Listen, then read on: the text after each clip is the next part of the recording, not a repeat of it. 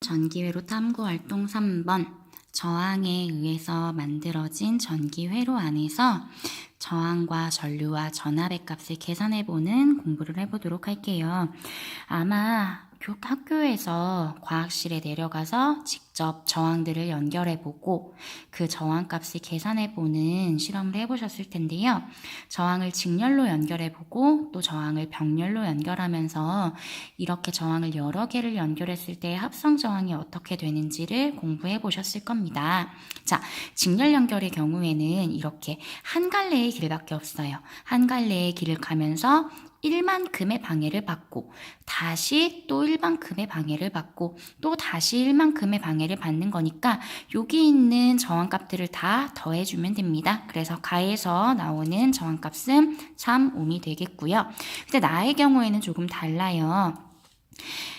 한 갈래의 길을 가다가 갈래길이 두 개로 나뉘어집니다. 그러면은 두 개의 길로 나뉘어진다는 건 오히려 길이 두 배로 더 넓어진다는 거랑 똑같은 거거든요. 그러면 길이 넓어지면 방해가 줄어들게 되니까 1에서 두 배로 길이 넓어졌기 때문에 저항은 그 반으로 2분의 1로 줄어들게 됩니다. 그래서 저항을 3개로 직렬 연결했을 때는 3옴이 되고 2개를 병렬로 연결했을 때는 2분의 1옴이 되는 거죠. 자, 그 다음 우리가 이제 저항을 직렬로 연결했을 때와 병렬로 연결했을 때 그 저항과 전압과 전류 값들을 한번 계산을 해볼 건데요. 여기 나와 있는 직렬로 연결하는 경우와 여기 나와 있는 병렬로 연결을 한 경우를 서로 비교하는 것이 굉장히 중요합니다.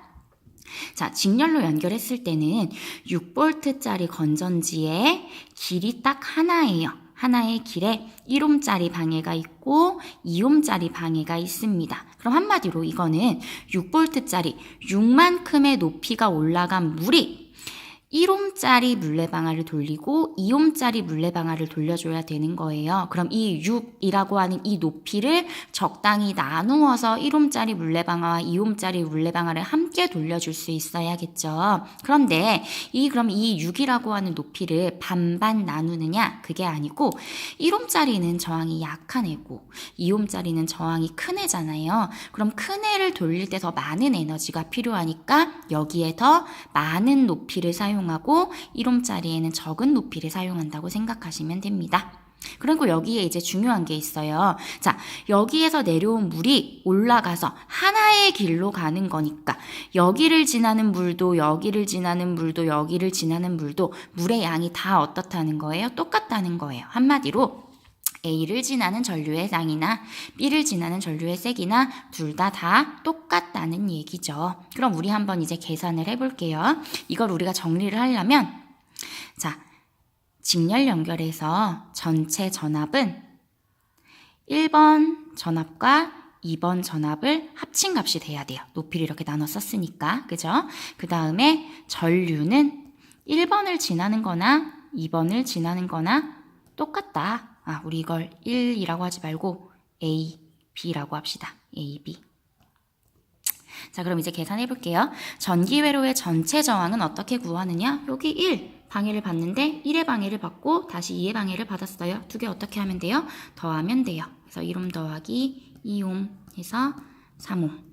자, 그럼 이제 이 전기회로에 흐르는 전체 전류 값을 구해야 됩니다. 그럼 전체 전류 I를 구하고 싶으면 일단 뭐를 사용해야 되냐면 V는 IR이라고 하는 공식을 사용하면 되겠죠. I는 R분의 V니까 그럼 이제 R은 여기 나와 있는 전체 저항 R 3옴이 될 거고 V는 여기 나와 있는 6V가 되니까 전체 전류는 몇이 되냐면 2A가 되는 겁니다.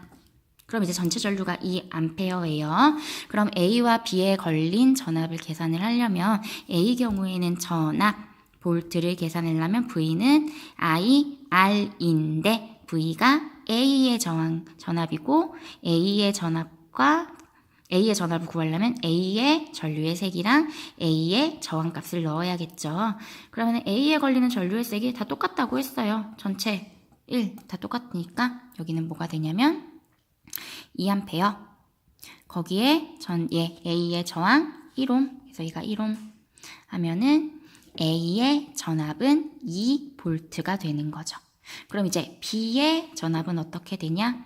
V, B는 똑같이 I, R인데 이번에는 B의 전류의 색이랑 B의 저항값을 써줘야겠다.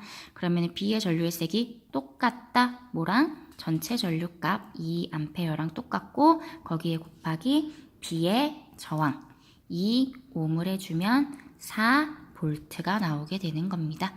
그래서 여기 보시면 전압이 A의 전압은 2V, B의 전압은 4V, 한마디로 2ohm이라고 하는 커다란 애에 4만큼의 높이를 쓰고 A라고 하는 이 1ohm짜리는 2만큼의 높이를 쓴다. 이해하실 수 있겠죠? 그럼 저항의 B, A 대 B는 1ohm 대 2ohm이니까 1 대 2가 되고 전압의 B는 A 대 B는 2 대 4니까 1 대 2 똑같이 되겠네요.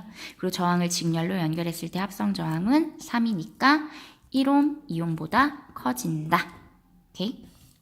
자, 그럼 이제 저항의 병렬 연결을 한번 해보도록 할게요. 저항의 병렬 연결 같은 경우에는 하나의 길로 가다가 이 길이 나뉘어진다고 생각하시면 돼요. 이렇게 나뉘어졌던 길이 다시 합쳐서도 똑같은 높이로 올라가고 다시 두 개로 나뉘어지고 다시 합쳐지고 그럼 이 과정을 어떻게 얘기할 수 있냐면 똑같은 높이로 올라간 물들이 하나의 길을 흐르다가 두 개의 갈림길로 나뉘어지는 거죠. 그럼 하나의 길을 선택하면 하나의 물레방아를 돌리고 또 다른 길을 선택한 전자들은 또 다른 물레방아를 돌리게 되는 거예요.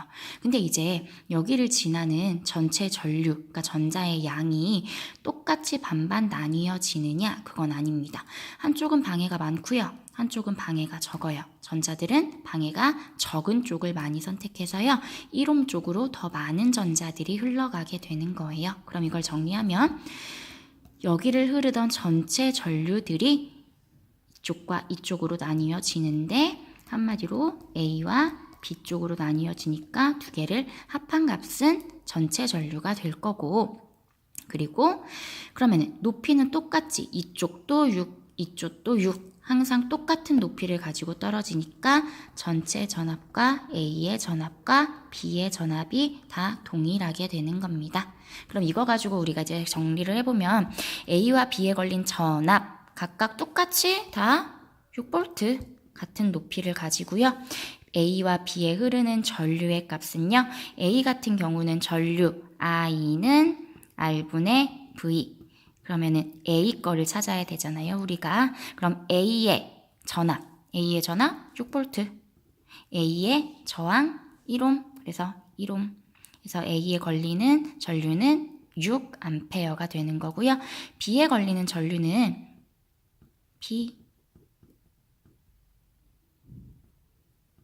하면은 B의 전압은 6V, B의 저항은 2ohm. 해서 3A가 나오게 됩니다. 그럼 A 쪽으로 흘러가는 물의 양이 6이고 B 쪽으로 흘러가는 물의 양이 3이에요. 그죠?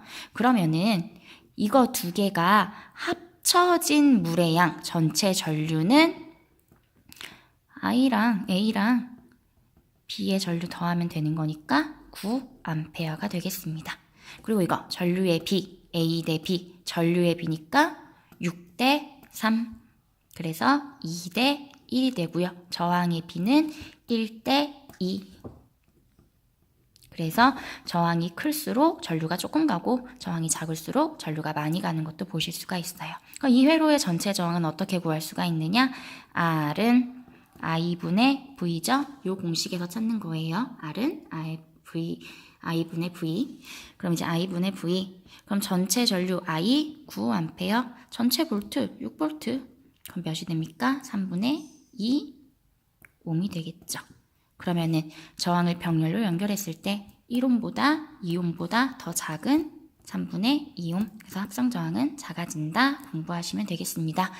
요 두 가지를 그러니까 구분해서 공부하는 게 굉장히 중요하니까 요 파트 공부해 보시고요.